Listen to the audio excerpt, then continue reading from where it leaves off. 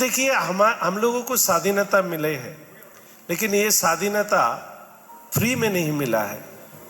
उन countless heroes जिसके blood, sweat और सैक्रिफाइस से हम लोगों की ये स्वाधीनता मिला है, और इस चीज को हम सभी को स्मरण करना चाहिए, क्योंकि स्वाधीनता आने के बाद हमारे साथ हम लोगों की जो अधिकार मिला है वो सब उसी काउंटलेस हीरोज के लिए जिन्होंने हमारे स्वाधीनता के लिए लड़ाई किए थे ब्रिटिश के खिलाफ। मैं उनको भी नमन करता हूँ, और नमन करता हूँ आप सभी जवानों को, बीएसएफ के सभी लोगों को जिन्होंने स्वाधीनता मिलने के बाद आज तक हमारी की स्वाधीनता को सुरक्षा देने की काम आप जो कर रहे हैं, उसके लिए भी मैं आपको कुर्निश करता हूँ।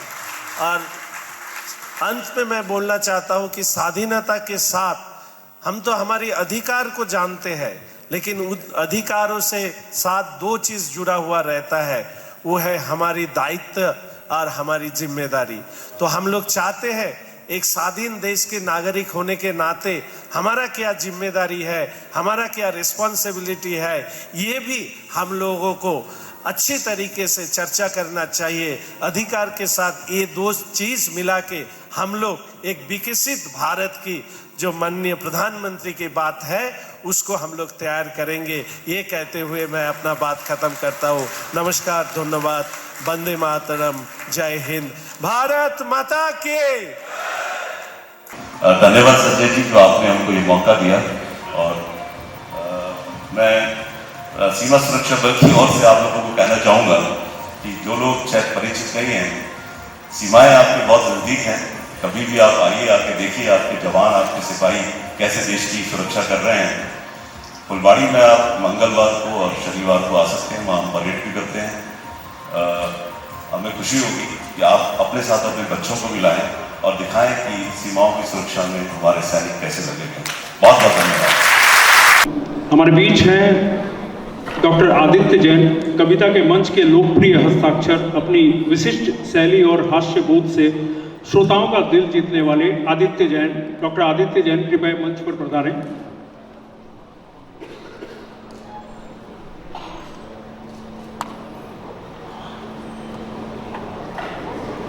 तालियां बजाकर उनका स्वागत करिए।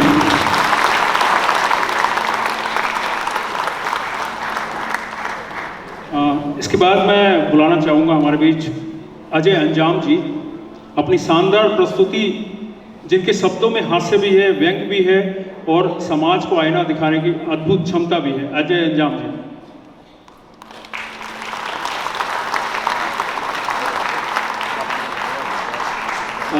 इसके पश्चात अंशुप्रिया दुबे जी हैं, अपनी शानदार प्रस्तुति और सहज जो कविता है, इनकी प्रेम की जो कविता है उनके लिए विख्यात है।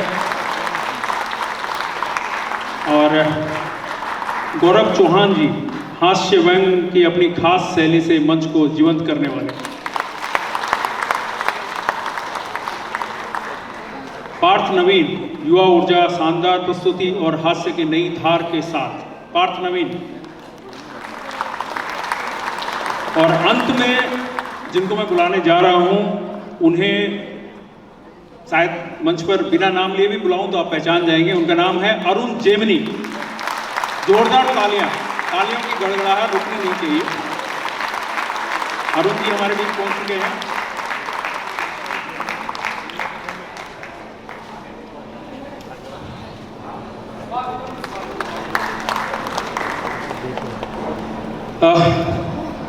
सर्वप्रथम तो आप सभी जो उपस्थित अतिथिगण हैं, हमारे मुख्य अतिथि, विशिष्ट अतिथि, सम्मानित जनप्रतिनिधिगण, हमारे सहयोगी एवं प्रायोजक, देश के सुप्रसिद्ध हास्य कविगण और सिलीगुड़ी के मेरे सभी प्रिय श्रोतागण और खबर समय के दर्शक, सभी को मेरी तरफ से आज स्वतंत्रता दिवस की हार्दिक शुभकामनाएं।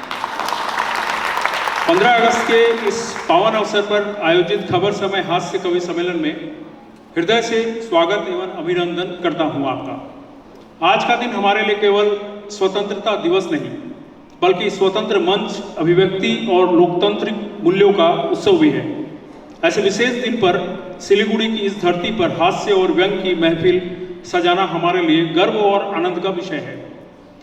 2017 से हुआ खबर समय का सफर आज एक ऐसे मुकाम पर पहुंचा है जहां खबरों के साथ साथ हम समाज, संस्कृति और जन भावनाओं से जुड़े आयोजनों को भी अपनी जिम्मेदारी मानते हैं।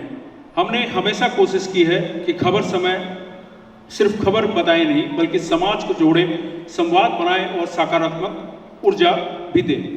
गौरव चौहान जी जो आपको मंच पे बैठे हुए दिख रहे हैं, गले में भगवा दुपट्टा है, इनको आपने कई चैनलों पे देखा है। न्यूज़ 18 इंडिया एक बहुत लोकप्रिय चैनल है, उस चैनल से ज़्यादा लोकप्रिय एक शो है जिसका नाम है लपेटे में नेताजी। उस लपेटे में नेताजी के अगर 350 से ज़्यादा एपिसोड करने का रिकॉर्ड अगर किसी कवि के नाम है तो उस कवि का नाम गौरव चौहान।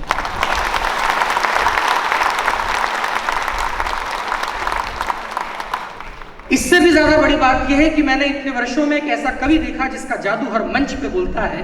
वो आपको क्या सुनाएंगे मुझे पता तो नहीं, लेकिन मेरे प्रिय कवि और आप सबके लोकप्रिय पैरोडीकार गौरव चौहान जी के लिए तालियां थोड़ी सी कम रह गई हैं। जरा दोनों हाथ उठाइए और जोरदार तालियां बजाकर स्वागत कीजिए।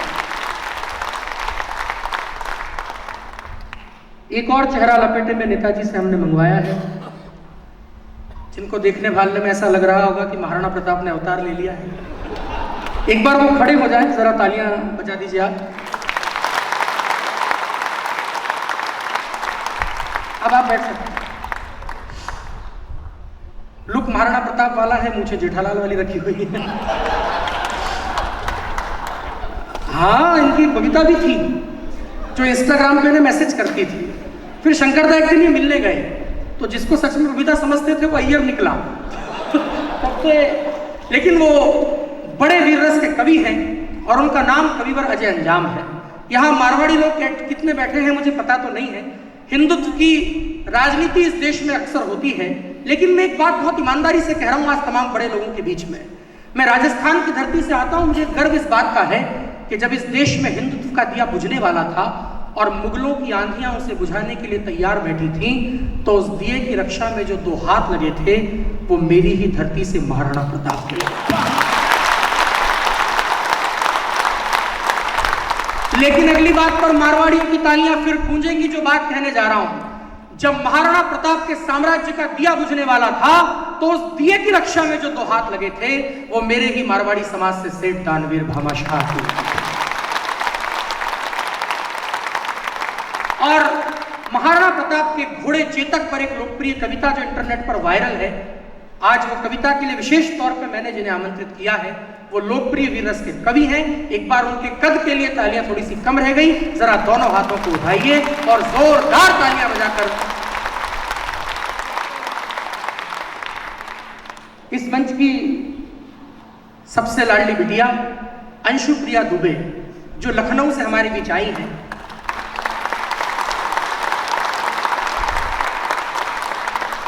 मेरा ऐसा मानना है कि जो चीज जहां पर ठहर जाती है उसे वहीं से शुरू करना चाहिए। मैं 2 वर्ष पहले इसी प्रांगण में आया था, अरुण अंकल साक्षी है उस बात के।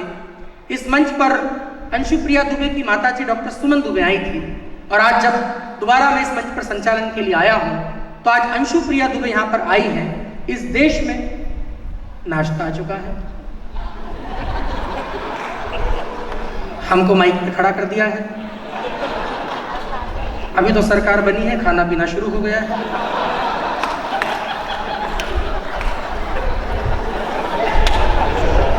हंसना नहीं होता है, ताली भी बजानी होती है। चिंता ता चेता चेता चिंता ता। आइए मैं आपको ऑब्जर्वेशन बता रहा था, आजकल के नेता कुर्सी को किस निगाह से देखते हैं, मैं आपको ऑब्जर्वेशन बता। सोचता है टिकट के बारे में तो लगता है जैसे शेख चिल्ली ये ख्याल देख रहा हूँ। सोचता है टिकट के बारे में तो लगता है जैसे शेख चिल्ली ये ख्याल देख रहा हो। चुनाव में वोटर को नेता ऐसे देखता है जैसे कि कोई दलाल माल देख रहा हो, जैसे कि कोई दलाल माल देख रहा हो। बड़े नेताजी को छोटा नेता ऐसे देखे जैसे, बड़े नेताजी को छोटा नेता ऐसे देखे जैसे रुपया डॉलर का उछाल देख रहा हो। और हर एक नेता कुर्सी को ऐसे देखता है बबीता सीता को जैसे जेठालाल देखे।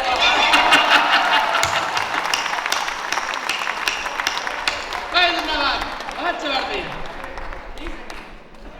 Cook cook cook cook cook cook cook cook cook cook cook. एक बार सभी भक्तजन मीठी मीठी तालियों की सेवा करते हुए बाबा जी के साथ शुरू करें। Cook cook cook cook cook cook cook cook cook. UP के अंदर क्या है, यूपी के अंदर, यूपी के बाहर क्या है, यूपी के बाहर, यूपी के अंदर योगी, यूपी के बाहर मोदी, यूपी के अंदर योगी, यूपी के बाहर मोदी, दोनों अकेले सोते रात को, रात को।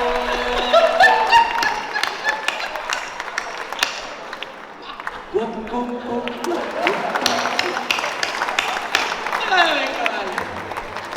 इसने भी मन को मारा, उसने भी मन को मारा, ये भी कुंवारा देखो, वो भी कुंवारा, दोनों कुंवारे मिलके देश को तारे मिलके, दोनों कुंवारे मिलके देश को तारे मिलके, दोनों ना सुनते किसी की बात को, बात को। हाय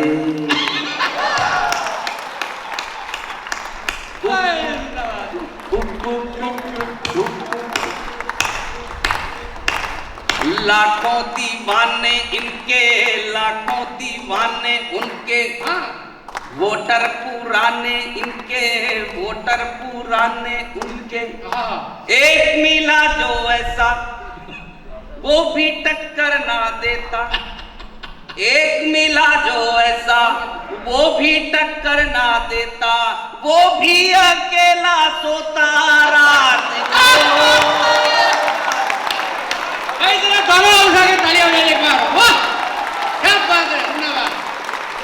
मैं अवध की बेटी हूँ। हाँ। और मुझे इस बात पे गर्व है कि जब मैं दुनिया से बात करती हूँ तो सर उठाकर बात करती हूँ,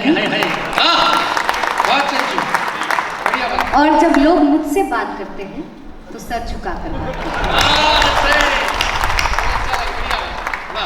मूलतः श्रृंगार की कवित्री हूँ, श्रृंगार करती हूँ, दिख रहा होगा। श्रृंगार लिखती हूँ, इश्क मोहब्बत प्यार लिखती हूँ, लेकिन मैं ऐसे प्रेम पर कविता नहीं सुनाती जिस प्रेम में एक प्रेमिका अपने पति को पहाड़ से धक्का देने की इच्छा रखती है। वाह वाह। मैं ऐसे प्रेम पर भी कविता नहीं सुनाती जिस प्रेम में एक पत्नी अपने पति को नीले ड्रम में बंद करने की हिम्मत करती है। भाई वाह वाह वाह। मैं ऐसे प्रेम पर कविता सुनाती हूँ जिस प्रेम ने जंगल में भटक रहे दो राजकुमारों को समंदर के उस पार राक्षसों की सबसे बड़ी सेना के सामने ले जाकर खड़ा कर दिया। आपका मन मांगती हूँ, 4 पंक्तियों से आपसे जुड़ने का प्रयास करती हूँ, सुनिएगा। अपना घर माना है, छोड़ कर न जाऊंगी, अपना घर माना है, छोड़ कर न जाऊंगी, तेरे साथ हर रिश्ता उम्र भर निभाऊंगी, तेरे साथ हर रिश्ता उम्र भर निभाऊंगी। आपके नगर में मैं, आपके नगर में मैं पहली बार आई हूँ। आप प्यार देंगे तो बार बार आऊंगी, आप प्यार देंगे तो बार बार आऊंगी। प्यार के समंदर में डूबते ही जाना है, गम की आंधियों में भी हम खुशगवार मौसम में, खुशगवार मौसम में तुमसे ये गुजारिश है, आज जो किया वादा उम्र भर निभाना है, आज जो किया वादा उम्र भर निभाना। और मैं देख सकती हूँ यहाँ बहुत सारी वर्दियाँ बैठी हैं। आप सभी के सम्मान में कुछ पंक्तियाँ रखती हूँ। स्वागत। हम जिस ईश्वर को देख नहीं सकते उनकी पूजा करते हैं, वाह। लेकिन हमें वर्दियों की भी उतनी ही पूजा करनी चाहिए। इनकी वजह से हम सुरक्षित यहाँ बैठे हैं और एक कवि सम्मेलन सुन सकते हैं। चरागों की खातिर हवा कर रही हूँ, चरागों की खातिर हवा कर रही हूँ, प्रिया अपने हक को अदा कर रही हूँ, जो सरहद पे संगीन लेके खड़े हैं, जो सरहद पे संगीन लेके खड़े हैं, सलामत रहे ये दुआ कर रही हूँ, सलामत रहे ये दुआ कर रही हूँ। न धन लेके लौटे ना मन लेके लौटे, न धन लेके लौटे ना मन लेके लौटे, वो सीने में अपने वतन लेके लौटे,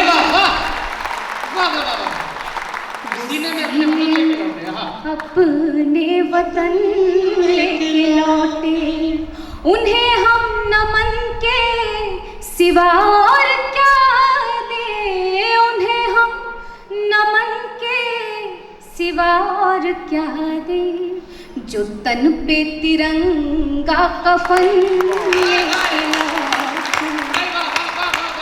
तन पे तिरंगा कफन लेके लौटे। क्या कहने? बहुत अच्छा सुन रहे हैं आप, और मैं ये देख सकती हूँ कि यहाँ पे मातृ शक्तियाँ हैं हमारे बीच, और आप सभी का नेतृत्व मैं अकेले कर रही हूँ इस मंच से। तो आप सभी के लिए कुछ पंक्तियाँ मैं पढ़ती हूँ। आंगन में चमकती हुई पायल की तरह है, आंगन में चमकती हुई पायल की तरह है, आँखों में सजे प्रेम के काजल की तरह है, हमसे ही हर खुशी है संवरती है जिंदगी, हमसे ही हर खुशी है संवरती है जिंदगी, संवरती है जिंदगी, हम बेटियां मरुथल में भी बादल की तरह है, हम बेटियां मरुथल में भी बादल की तरह है, बेटों से ज्यादा प्यार जताती हैं बेटियां, बेटों से ज्यादा प्यार जताती हैं बेटियां, जीवन के हर एक गीत को गाती हैं बेटियां, जीवन के हर एक गीत को गाती हैं बेटियां, बाबुल के घर के साथ में ससुराल का जिम्मा, बाबुल के घर के साथ में ससुराल का जिम्मा, ससुराल का जिम्मा, दो दो घरों के रिश्ते निभाती है बेटियां, दो दो घरों के रिश्ते निभाती है बेटियां।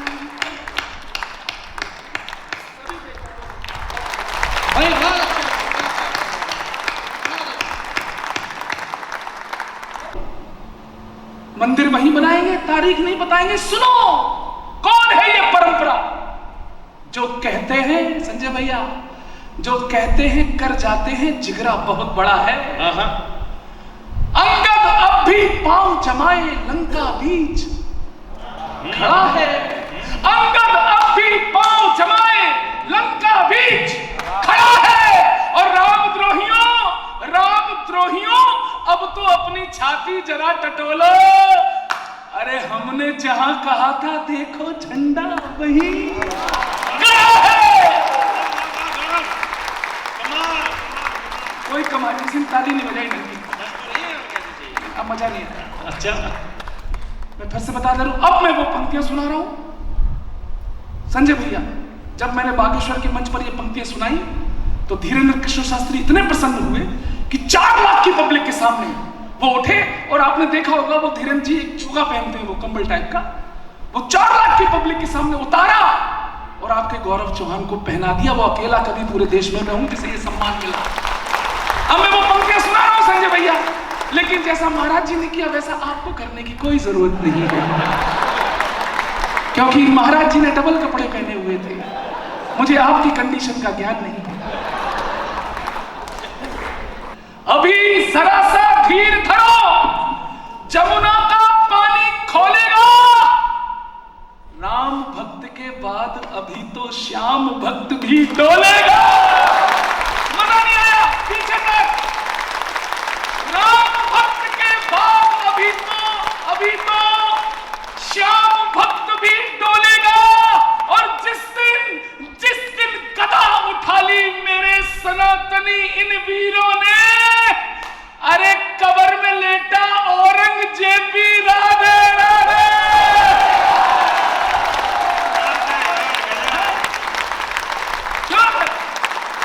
बोलेगा शंकर भैया, एक आदमी ने राधे राधे नहीं बोला, वो दिल्ली में निपट गया। मैंने केजरीवाल से बहुत कहा राधे राधे बोलो। अच्छा, केजरीवाल जब हारे तो सर्वाधिक खुशी कौन हुआ? देखो, मैं लपेटे में नेताजी में आता हूं, मेरे लिए बहुत छोटी बात है। मैंने बड़े बड़े नेताओं को लपेटा है, सामने शंकर घोष बैठे, लेकिन मैं उन्हें नेता नहीं मानता हूं, क्योंकि जो नेता अपने कंधे पर भगवा ओढ़ ले फिर वो मेरे लिए नेता नहीं नायक हो जाता है। आप मेरे लिए नायक हैं। केजरीवाल दिल्ली में हारे, सर्वाधिक खुश कौन हुआ? सवाल आप पे छोड़ता हूं, जवाब दीजिए जल्दी से, टाइम बहुत कम है। सबसे ज्यादा खुश कौन हुआ केजरीवाल के हारने पर? सुनिए जी, कमांडेंट साहब बताइए कौन खुश हुआ? जल्दी बताओ, बोलो। अन्ना, मेरे पेमेंट में से 500 रुपए भाई साहब बिल्कुल मिलेंगे, सामान गया। जैसे केजरीवाल हारे, अन्ना हजारे अपनी कुर्सी से उछले और उन्होंने एक गाना गा दिया। माइक वाले कहाँ है? माइक वाले कहाँ है? कहाँ है माइक वाले? तुम ही हो? माइक कहाँ है तुम्हारा? नहीं, संभालते कहाँ से हो? कंट्रोल कहाँ से करते हो?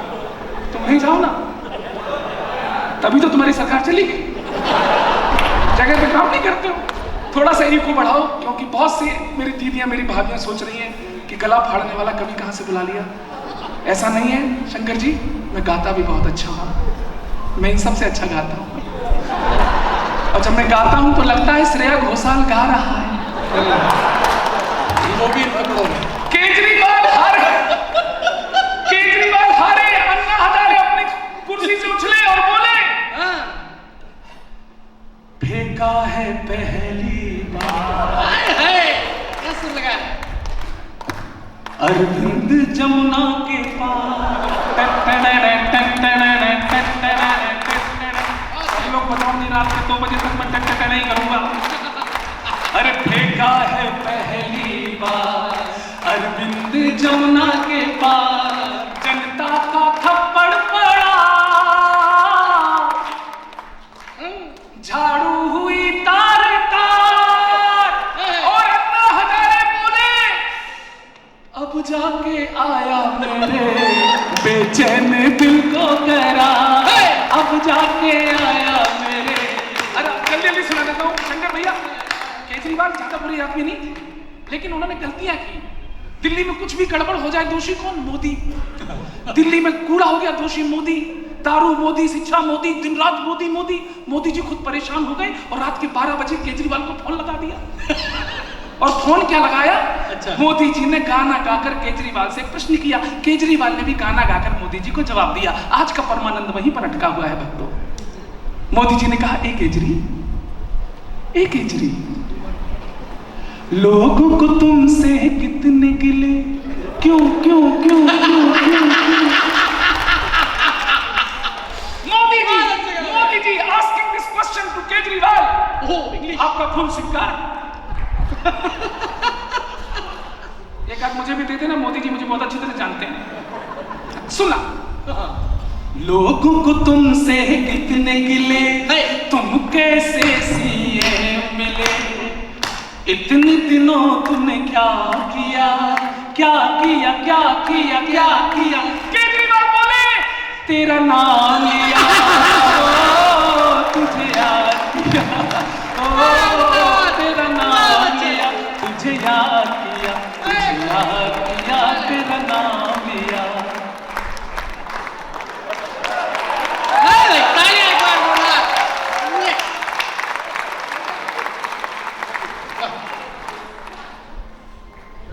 ये फूल मेरी कविता से खुश होकर नहीं दिए, इनको जाना था।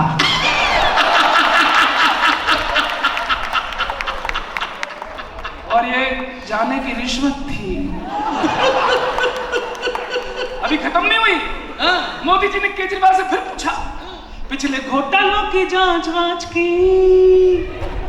नहीं नहीं नहीं नहीं। लोकपाल वाले बिल पे बात की? नहीं। फ्री वाईफाई तुमने लॉन्च की? No never. फिर और भला क्या किया? सिलीगुड़ी मेरे साथ गाएगा। केजरीवाल फिर बोले तेरा नाम लिया, तुझे याद किया। वारे केजू प्यारे, औरों की सीटों पे नजरें डाले, हारे जब भी हारे, चुन चुन के मोदी को पत्थर मारे। हमको मालूम है दारू का पैसा कहाँ, मफलर के अंदर सुबह के रखा है, उठा तो हंगामा हो। मफलर के अंदर छुपा के रखा है, उठा तो हंगामा हो। महाभारत सुन। राहुल बोला केम छे केम छे केम छे, दीदी बोली एम छे एम छे एम छे। अरे राहुल बोला केम छे केम छे केम छे, दीदी बोली एम छे एम छे एम छे। राहुल कॉल करे ममता दीदी को, दीदी ने कहा हालत सेम छे। अच्छा, आप में से महाभारत किसने देखी? पुराने लोग हैं। महाभारत शुरू होने से पहले एक श्लोक आता था, यदा यदा हि धर्मस्य ग्लानिर्भवति भारत। आदित्य ने जो लिखा है वो ऐतिहासिक हो गया। इस वीडियो के 15 मिलियन व्यू 3 दिन में हुए थे। लोगों ने, भैया तुम महाभारत का श्लोक सुना दे। महाभारत सुना पहले, उसके बाद कुछ भी सुना। मैं इनकी जमानत में सुनवा रहा हूं, अगर आपको अच्छा लगे तो तालियां बजा दीजिएगा। और देखिए, इस भीड़ में अगर कोई कांग्रेसी बैठा भी हो तो आज वो अपने स्वतंत्रता दिवस के साथ साथ अपनी भावनाओं का बलिदान दिवस भी समझे, ठीक है? लेकिन इसको सुने, ठीक है? कांग्रेसी बैठे ही तो है। ठीक ठीक, हाँ। चलिए, अच्छा मैं बिना किसी भूमिका के पैरोडी शुरू कर रहा हूँ। महाभारत आप सबने देखी है, वो कैसे शुरू होती थी, बस वैसे शुरू करता हूँ। कि सीट वीट जब जब घटे, हाँ सीट वीट जब जब घटे, हुए हैं अंतर क्या, हिंदी तो आती नहीं, चाहिए हिंदुस्तान।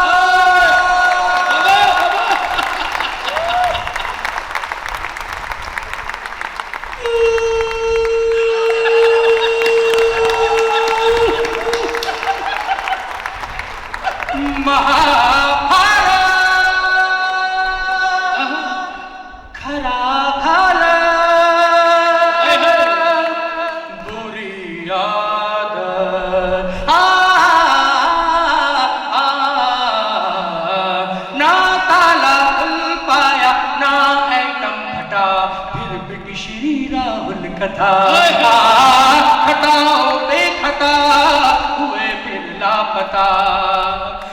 अरे कथा है ये हार की, अरे कथा है ये हार की, टोटल ही बंटा ठार की, लूट की स्कीम निकली एक ही परिवार की।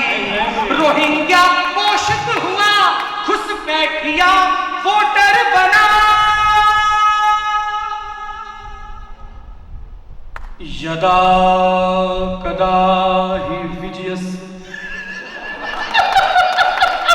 तालियां कम बजा रहे हो आप, तालियां बड़ी करो एक बार। यदा कदा ही विजयस्य यदा कदा ही विजयस्य यानी अधिकतर हारत अब उत्थानम असंभवस्य वंशवाद प्रसातलम चरित्राणाय लालूना नैपोकिडश्च पुष्कृता धर्म संस्था पे खार खाए इसलिए है फुके फुके।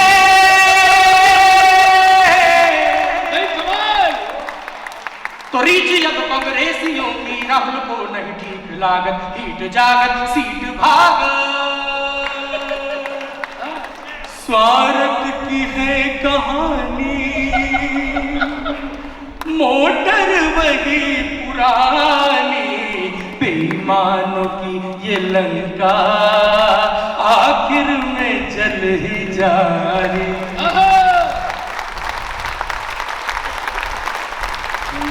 रोती मां भारती है मोदी पुकारती है, इनकी ये बदजुबानी एंडिंग में है कहानी। नया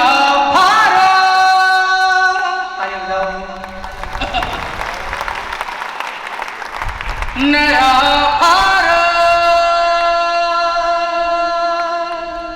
नमो स्वागत। बहुत अच्छे भाई, जोरदार तालियां। इसको सही जगह। चलिए बहुत बहुत आभार आपका, आपने मन से सुन लिया। अब मैं जिन्हें आमंत्रित करने जा रहा हूँ उनका परिचय कराना मेरी हैसियत नहीं है। वो हास्य के बड़े कवि हैं जिनको सुनने के लिए आप सब लोग बैठे हैं। उनका नाम कविवर अरुण जैमिनी है। आपकी तालियां आगे से लेकर पीछे तक, इस कोने से लेकर मंच तक जरा दोनों हाथों को उठाइए और जोरदार तालियां बजाकर स्वागत कीजिए अरुण का। खबर समय के शानदार आयोजन में आपकी जानदार उपस्थिति को प्रणाम करता हूं। हमारे बीच पाकिस्तान नहीं रहा,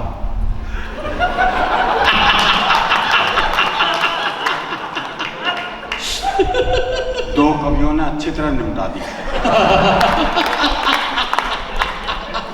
अब आप बिल्कुल चिंता ना करें, थोड़ी देर हंसेंगे, हमारे भोजी भाई भी हंसेंगे।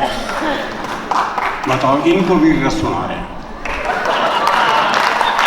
ये देखो आप, जो करते हैं उन्हें सुना रहे हैं। क्या जमाना आ गया, इसलिए अब हंसेंगे, क्योंकि हंसना बड़ा मुश्किल हो गया आजकल। पहले तो कोरोना ने हंसने नहीं दिया और 1 साल तक वो अंबानी के छोरे का ब्याह ही चलता रहा।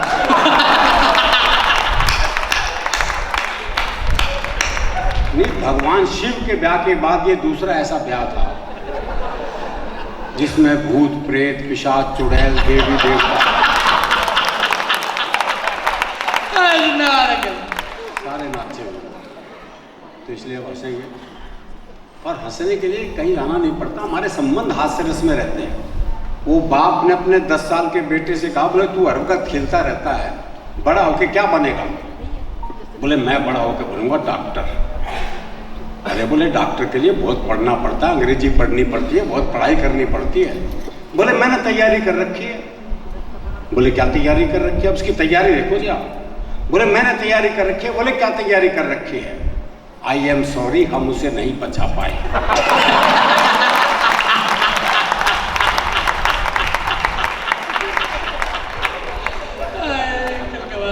अगला अंतिम तैयारी तक करके बैठा है भाई। तो हम तो हरियाणा वाले हैं, हर संबंध को हास्य रस में जीते हैं। किराएदार मकान मालिक तक के संबंधों में हास्य रस है। वो किराएदार ने मकान मालिक से कहा, बोले तुमने कैसा कमरा किराए पे दिया है? वहां तो चूहे डांस कर रहे हैं। और बोले तू क्या चाहवा है, 1000 रुपये माधुरी दीक्षित का नाच चाहिए।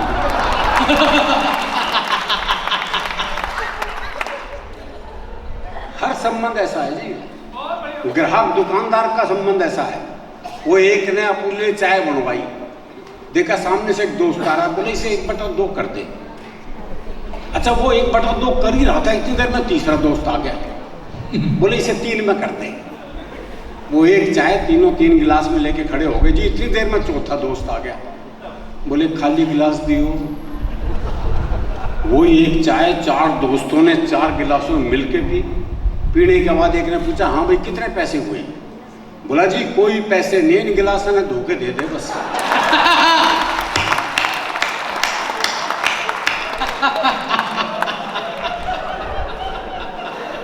वो बाप ने अपने 10 साल के बेटे से कहा, बोले तेरी दादी का बर्थडे आ रहा है, तू दादी को क्या गिफ्ट देगा? बोले मैं दादी को दूंगा फुटबॉल। अरे बोले तेरी दादी 80 साल की, फुटबॉल का क्या करेगी? बोले क्यों? पिछले महीने मेरा बर्थडे था, दादी ने मुझे गीता भेंट की थी।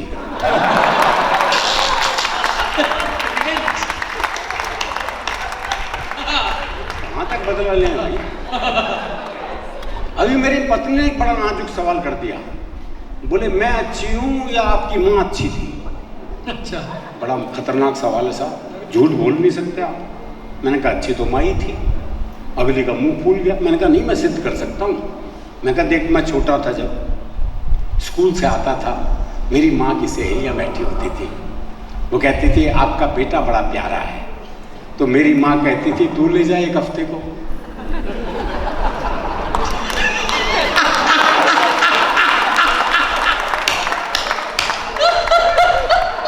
अब मैं कभी सम्मेलन से आता हूँ, तेरी सहेलियाँ बैठी होती हैं, वो कहती हैं आपके हस्बैंड बहुत अच्छे हैं, तेने कभी कहा किसी से?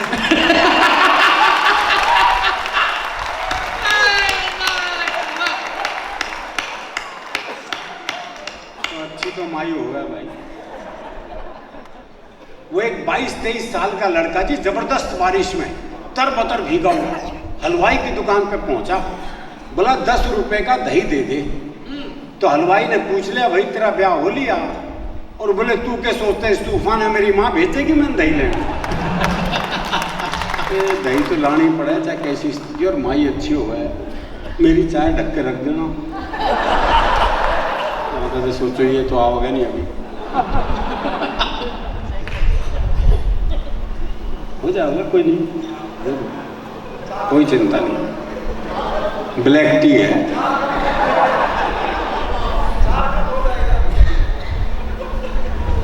दरअसल क्या 2 साल पहले आया था, पता नहीं क्या सुनाया था क्या नहीं सुनाया था, कुछ अगर पुराना कुछ नया, कुछ कोशिश करूंगा कि आप नहीं सुनाऊँ ऐसा भी सुनाऊँ। यहाँ हमारे फौज के लोग बैठे हैं, वो एक पुलिस की सिपाही को छुट्टी चाहिए थी, पहुँच गया SHO के पास, बोले छुट्टी चाहिए। बोले बहुत काम है, छुट्टी नहीं मिल सकती। बोले ये छुट्टी तो मैं लेकर रहूँगा। बोला अच्छा एक सवाल का जवाब दे दे छुट्टी दे दूँगा। बोले सवाल कुछ भी पूछ लो। बोला अच्छा ये बता कटप्पा ने बाहुबली को क्यों मारा? सीधा अंतरराष्ट्रीय सवाल पूछ लिया। बोले ये बता कटप्पा ने बाहुबली को क्यों मारा? बोले हो सकता है बाहुबली ने कटप्पा को छुट्टी देने से मना कर दिया।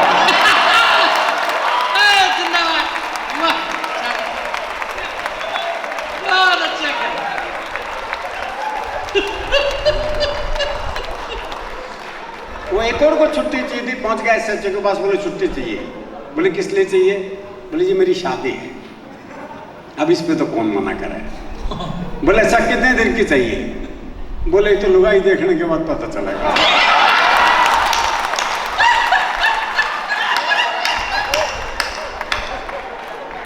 तो हम तो हर तरफ हास्य रस में जीने वाले लोग हैं जी, हास्य रस में ही जीते हैं। रायचंद हर जगह होते हैं, यहाँ भी सुनील जी बहुत रायचंद आए होंगे आपके पास, ये करा लो वो करा लो, इसको बुला लो उसको बुला लो। हमारे एक कवि मित्र थे नीरजपुरी, उनके मोहल्ले में एक ने मिठाई की दुकान खोली। अब रायचंद तो हर जगह पहुँचते हैं, पहुँच गए। बोले इतनी बढ़िया दुकान खोली है, ऊपर बोर्ड लगवा यहाँ हमेशा ताज़ा मिठाई मिलती है। साहब उसने बोर्ड लगवा लिया, उसके बाद जो उसकी आफत शुरू हुई, अगले दिन एक आ गया, बोले उस पान की दुकान पे मिठाई मिलती है क्या? बोले यहाँ मिलती है। बोले जब यहाँ मिलती है तो ये यहाँ लिखवाने की क्या जरूरत है? हटा, हमेशा ताज़ा मिठाई मिलती है। अगले दिन एक और पहुँच गया, बोले रात को 12 बजे भी देता है। बोले नहीं जी 10 बजे तो दुकान बंद हो जाती है। बोले फिर हमेशा क्यों लेकर रखा है? हटा। ताज़ा मिठाई मिलती है। अगले दिन एक और पहुंच गया। बोले बासी बेचता है? बोले नहीं ताज़ा बेचता हूँ। बोले ताज़ा लिखने से कंफ्यूजन होता है। हटा। मिठाई मिलती है। अगले दिन एक और पहुंच गया। बोले एक पान पराग का गुटखा दियो। बोले मिठाई की दुकान। बोले वो दिख रही है ना, लिखवाने की क्या जरूरत है? हटा। रह गया मिलती है।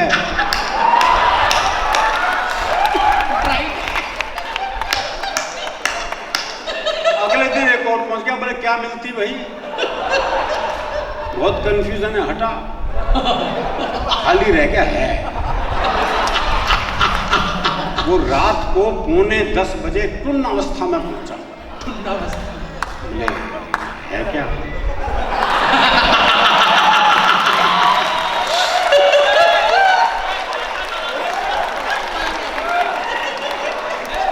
बोले है क्या? बोले है तो नहीं है। बोले जब है नहीं है तो ये है क्यों? है क्या? भाई साहब अगले दिन एक और पहुंच गया। बोले बिना वाक्य के पूर्ण विराम। ये भाषा का अपमान है। हटा। पूरा बोर्ड साफ। अगले दिन एक और पहुंच गया। बोले इतनी बढ़िया दुकान खोली है, मिठाई सजा रखी है, ऊपर बोर्ड भी लगा है, इस पर लिखवाता क्यों नहीं, यहाँ हमेशा ताजा मिठाई मिलती है।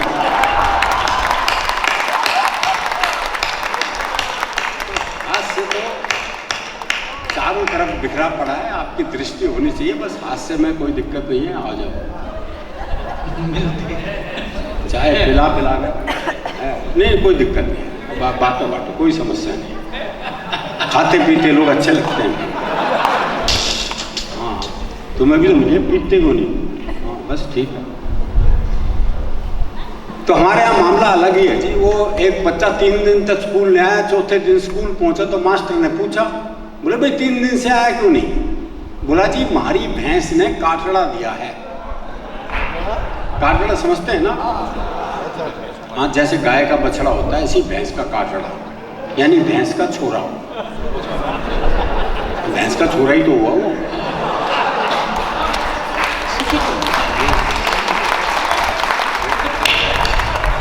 बोला जी हमारी भैंस ने काटड़ा दिया है।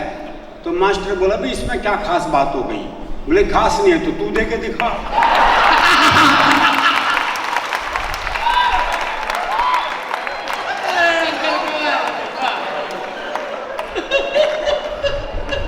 तो हमारा मामला बिल्कुल अलग है।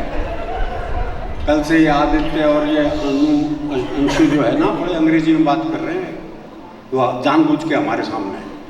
अब हरियाणा के लोग अंग्रेजी बोल नहीं सकते तो उसके लिए दिक्कत होती है। हमारे यहाँ तो अगर हम अंग्रेजी बोलेंगे तो उसका भी हरियाणवीकरण कर देते हैं। हम अंग्रेजी बोलेंगे तो ऐसे ही बोलेंगे, बोले हाउ डू डू रे।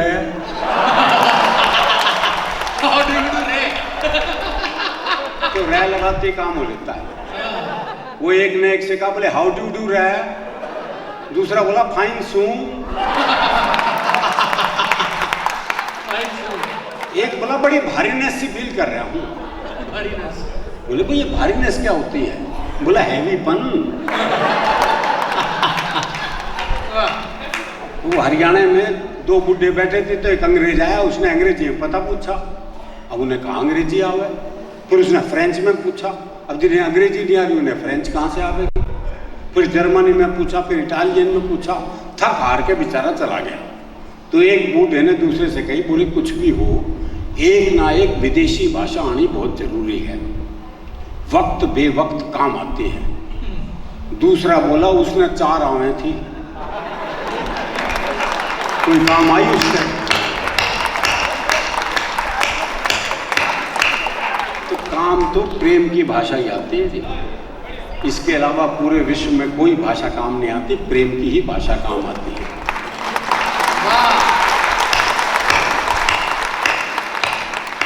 और ऐसी बात नहीं है, अब युवा पीढ़ी बता देती है, जैन जी है वो, ऐसी बात नहीं है, वो सब जानती है।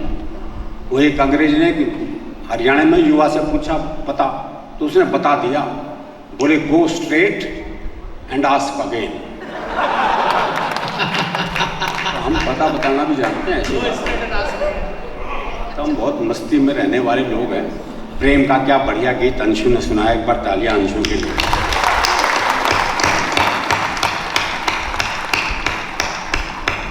सुना सकती है भाई, लखनऊ की है।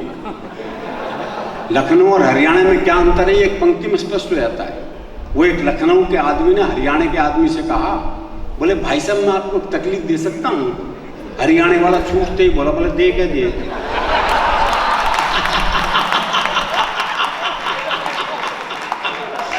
बस यही अंतर है जी। कारण यह है कि इनके यहाँ कृष्ण जी ने बांसुरी बजाई थी, हमारे यहाँ बांस बजाया था। तो जो अंतर बांसुरी और बांस का है वही भाषा का अंतर है। लेकिन हमारे यहाँ बड़ा अलग मामला है जी। इनके यहाँ प्रेम व्रेम के गीत सुना देते हैं, हमारे तो प्रेम ब्याह के बाद ही होता। ब्याह से पहले प्यार कर ले तो हम तो पेड़ पे ही लटके मिलते हैं। लेकिन हमारे यहाँ प्रेम में भोलापन बहुत है। वो प्रेमी ने प्रेमिका से कहा, अगर तू मेरी नहीं हुई ना तो मैं तुझे किसी की नहीं होने दूं। बोले सर तेरी हो जाऊंगी तो सबकी होने देगा।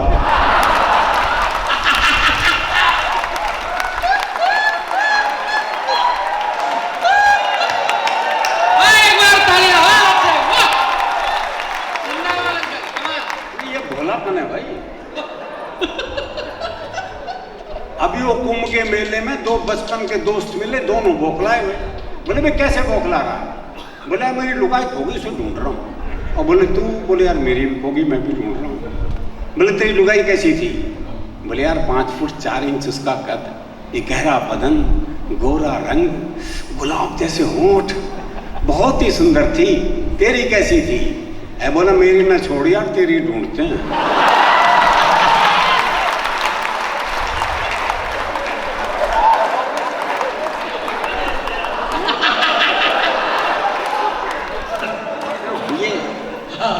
प्रेम हमारा ऐसा ही है जी।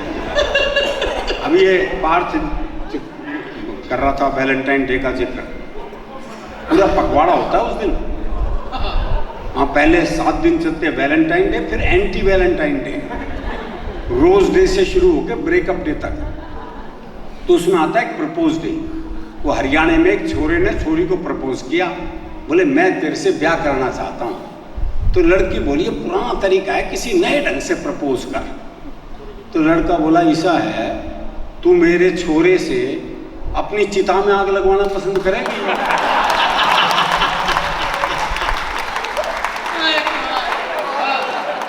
नहीं, विवाह का ये मौलिक प्रस्ताव ये हमारे यहाँ ही संभव है। और ब्रेकअप के लिए बड़ी बड़ी बात नहीं चाहिए, बहुत सामान्य बात तो हो जाता है। वो प्रेमी ने प्रेमिका को जैसी सीने से लगाया तो प्रेमिका बोली तेरा दिल बड़ा कुरकुरा सा है। अच्छा। अरे बोले दिल कुरकुरा कौन आता है, बीड़ी का बंडल तोड़ दिया।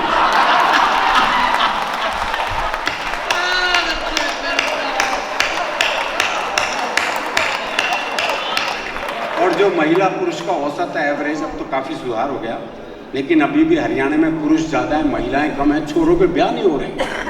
वो एक का 40 साल की उम्र तक ब्याह नहीं हुआ तो अपने जीजा से बोला जीजा मेरा ही ब्याह करा दे। बोले भाई एक छोरी है तो सही, पर वो सलवार सूट और साड़ी नहीं पहनेगी, जीन्स और टॉप पहना है। बोले जीजा तू तो ब्याह करवा दे, सलवार सूट तो मैं पहन लूंगा। वो एक का 40 साल की उम्र तक ब्याह नहीं हुआ तो अपने दोस्त से कह रहा था, बोले यार मन तो लगा मेरी वाली भ्रूण हत्या में मारी गई। सर ये तकलीफ है हमारी, और ये तकलीफ तो और बढ़ जाती है जब ओलंपिक हो, पैरा ओलंपिक हो, कॉमनवेल्थ गेम हो या एशियाड हो। जब पदक की बात आती है तो हरियाणा की छोरियां ही पदक लेकर आती हैं।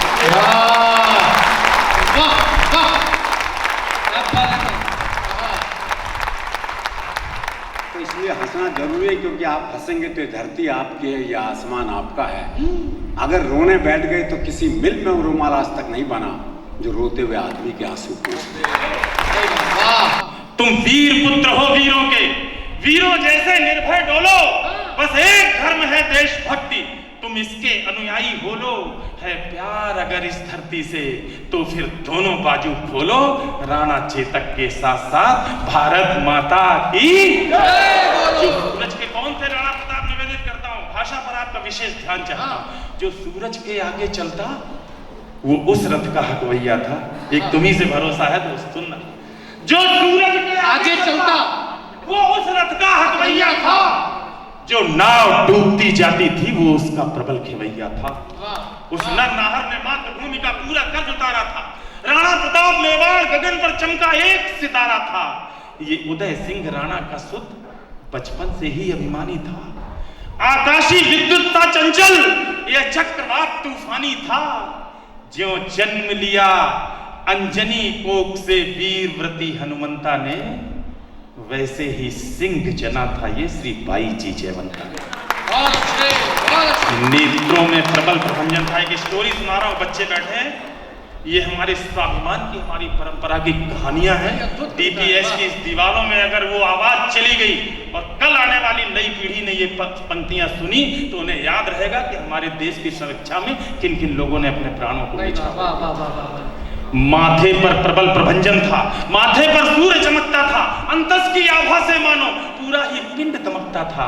ज्यों बाल भास्कर भोर प्रहर से प्रतिक्षण बढ़ता जाता है, वैसे ही ये मेवाड़ राज्य का सूरज चढ़ता जाता है। जैसे जैसे भुजदंडों की मछलियां अकड़ती जाती थी, वैसे वैसे मेवाड़ भूमि की चिंता बढ़ती जाती थी। घर में थी फूटन और मुगल के रोज आक्रमण होते थे चंद विभीषण जो खुद ही गद्दारी का विष्ट होते थे। ये एक समय की साजिश थी, ये एक काल की साजिश थी। इस साजिश के साक्षी बोलो राणा चेतक के साथ साथ भारत माता की। युद्ध का एक दृश्य रखता हूं, हल्दी घाटी के युद्ध का दृश्य। व्याकरण के बड़े आचार्य हुए मम्मट, उन्होंने कहा कि अगर शब्दों के माध्यम से युद्ध के दृश्य सामने दिखाई पड़े तो कविता बड़ी होती है। बड़ी कविता में क्या लिखता है? छोटा सा प्रयास है, आपके दिल तक पहुंची तो मुझे अच्छा लगेगा। मुगलों के राजा अकबर ने षड्यंत्र रचा, आघाती था, लेकिन प्रताप का तेवर भी तेजाबी था, प्रतिघाती था। अकबर ने राजा मान सिंह को सेनापति बनवाया था, रजपूती सेना के खिलाफ रजपूतों को भड़काया था। रणक्षेत्र बनी हल्दी घाटी, चतुरंग शत्रु बनी अड़ी हुई, उसके विरुद्ध थी राणा की बलिदानी सेना खड़ी हुई। इस बीच युद्ध के शंख बजे, रणढोल बजे, मृदंग बजे, घड़ियाल बजे, खन खनन खनन, जो झारू युद्धक जंग बजे, बजुठी तेग तलवार बजी, मुगदर बरछी करवार बजे, बंदूकों की शहनाई सन, तोपों के मुखर। यहाँ तो ऐसी जगह पे पढ़ा हूं जहाँ हिंदी बहुत अच्छी समझी जा रही है। उड़ीसा भुवनेश्वर में गया, वहां ज्यादा हिंदी समझने वाले लोग नहीं थे, लेकिन तलवारों की इन आवाजों पर जो तालियां मिली, मन आनंदित हुआ। आज आपके बीच एक कोशिश और करता हूं। इस बीच युद्ध के शंख बजे, ढोल बजे, मृदंग बजे, घड़ियाल बजे, घन घन घन, जो झारू युद्धक जंग बजे, बजुठी तेग तलवार बजे, मुगदर बरछी करवार बजे, बंदूकों की शहनाई, तोपों के मुखर सितार बजे, दो धारी बाजी छुरियां छम छम छम छाप बजे, झन झन झनाप झन झन प्रहार, दुश्मन की गर्दन नाप बजे, धनुषों की डोरी धन धन और तीर बोलते संग संग, घोड़ों की घंटी टन टन, हाथी का घंटा घन घन। अरे सिर कटकर गिर जाते थे। इतिहास के पन्ने पलटने आया हूं तो अवश्य पलटूंगा। राजस्थान के दो शूरवीर कल्ला राठौर और जयमल राठौर, युद्ध में जयमल को गोली लगी, कल्ला ने अपने कंधों पर बिठा करके युद्ध लड़ा। उदयपुर के एक मंदिर में देखा जब ऐसी मूर्ति को, मैंने पूछा कि ये कौन से देवता है? वहां के एक लड़के ने बताया, अंजाम साहब ये कोई देवता नहीं है, ये हमारे परिवार के दो बेटे हैं जिन्होंने युद्ध में अपने प्राणों का उत्सर्ग करके मातृभूमि की रक्षा की थी। मेरा सीना 72 इंच का हुआ कि मैं ऐसे देश का रहने वाला हूं जहां सिर्फ अपने भगवानों और देवताओं को ही नहीं, बेटों को भी मंदिर में बैठकर पूजा जाता है उस भारत वर्ष। अरे सिर कटकर गिर जाते थे पर लोथे ही अड़ती रहती थी और कहीं विलक धड़ से होकर बस बाजू लड़ती रहती थी। जिसको भमोड़ देता चेतक, जिसको भमोड़ देता चेतक, उसका बख्तर कट जाता था, जिसको भाला घुस जाता था, गुब्बारे सब फट जाता था। वो नीले घोड़े का सवार तूफान दिखाई देता था। जिस ओर निकल जाता चेतक शमशान दिखाई देता था। जिस ओर निकल जाता चेतक शमशान दिखाई देता था। चेतक बुलाने की कोशिश कर रहा हूं, इस बार जुड़ना। जिस ओर निकल जाता चेतक शमशान दिखाई देता था। टप टप टपाक टप टप टपाक टप टप टपाक टप टप टपाक टप टप टपाक टप टप टपाक पदचाक सुनाई देती थी। चेतक दिखता थोड़ी ना था, बस टाप सुनाई देती थी। उस नीले घोड़े का कौतुक, उस नीले घोड़े का कौतुक देखो, अपनी आंखें खोलो। राणा चेतक के साथ साथ भारत माता की कविता का अंतिम बंद निवेदित करता हूं दोस्तों। चेतक की कुर्बानी, उसके बलिदान का दृश्य अगर आपकी आंखों में कहीं नमी आ जाए तो पूरे मन के साथ विदा कर दीजिएगा। राणा के प्रबल प्रहारों का न तोड़ दिखाई देता था, न हल्दी घाटी में चेतक का जोड़ दिखाई देता था। संख्या बल में अकबर का दल राणा के दल से भारी था। हजारों घाव लगे थे पर राणा का हमला जारी था। घिर गया श्रृगालों में नाहर, राणा को संकट बूझ गया। पर एक लिंग का हठीपूत दोधारी लेकर जूझ गया। इतने में झाला आ पहुंचे, झाला मन्ना, इतने में झाला आ पहुंचे। बोले राणा प्रस्थान करो, तुमसे कल को आशाएं हैं, कुछ उसका भी तो ध्यान करो। अरे राणा बोले रण में झाला, मैं इंच इंच कट सकता हूं, पर पैज भवानी तुलजा की मैं कभी नहीं हट सकता। तब एक लिंग का नाम लिया, राजस्थान के सबसे बड़े देवता की शपथ दे दी झाला ने। तब एक लिंग का नाम लिया, देखो शपथ झाला बोले। दुश्मन का वार लिया खुद पर, होकर लखपत झाला बोले, इनको मैं धूल चटा दूंगा। देखो तुम कल के मंगल को, झाला ने कसम दिलाई तो राणा चल निकले जंगल। बढ़ते बढ़ते राणा मग में 21 गज का नाला आया। चेतक का तन था लस्त पस्त, लेकिन जैसे ज्वाला आया, अपनी पूरी ताकत समेत चेतक फल्लांग लगा बैठा। राणा की रक्षा करने को अंतिम छल्ला। उस नील अश्व ने स्वामी भक्ति का पाठ सभी को सिखा दिया। करवट लेकर बेजान शीश राणा चरणों में टिका दिया। फिर लगा अचानक घोटक ने जैसे अपना मुंह खोला। मुझे पता है घोड़ा बोल नहीं सकता, लेकिन कभी को छूट अगर बोलता तो क्या बोलता। फिर लगा अचानक घोटक ने जैसे अपना मुंह खोला हो। चलते चलते जैसे शहीद चेतक ने बस ये बोला हो, मालिक मालिक मेवाड़ घराने का मैं कर्ज चुका कर जाता हूँ। माथा सहलाकर विदा करो, मैं फर्ज निभा कर जाता हूँ। क्या कहने। फिर लगा अचानक घोटक ने,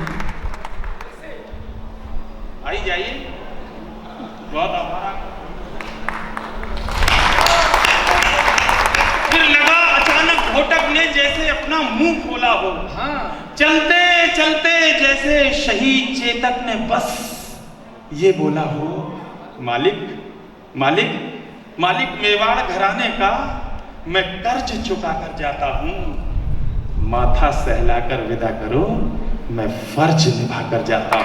बस एक प्रार्थना है स्वामी, एक चीज मांगी चेतक ने, और राजस्थान का स्वाभिमानी घोड़ा क्या मांगता, बस ये पंक्ति है सुनिए। मैं फर्ज निभा कर जाता हूँ, बस एक प्रार्थना है स्वामी, बस एक याचना है स्वामी। शत्रु का सिद्ध षड्यंत्र न हो, जब तक चेतक की याद रहे, मेवाड़ मेरा परतंत्र न। चेतक मेरे बेटे भैया, चेतक मेरे बेटे भैया, हा लाल वीर चीत्कार उठा। चेतक को बाहों में भरकर वो घायल शेर पुकार उठा। चेतक तेरी बलिदान कथा हिंदुस्तान भी गाएगा, गाएंगे श्याम नारायण भी, हर नौजवान भी गाएगा।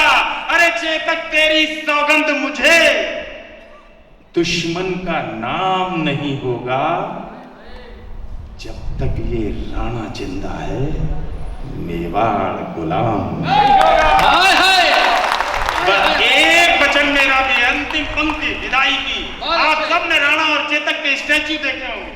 उस स्टैच्यू से अगर एक खास बात मैं आपको पढ़ के सुना दूं तो विदा कर देना।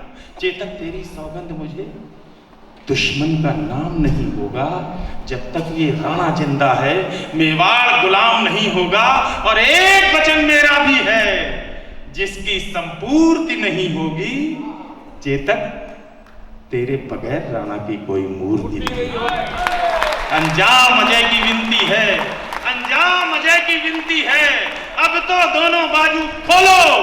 राणा चेतक के साथ साथ भारत माता की। सांसों में सांस रहने दो, नजरों में आस रहने दो, बुझ जाएगी तो मिट जाएगी, थोड़ी सी प्यास रहने दो।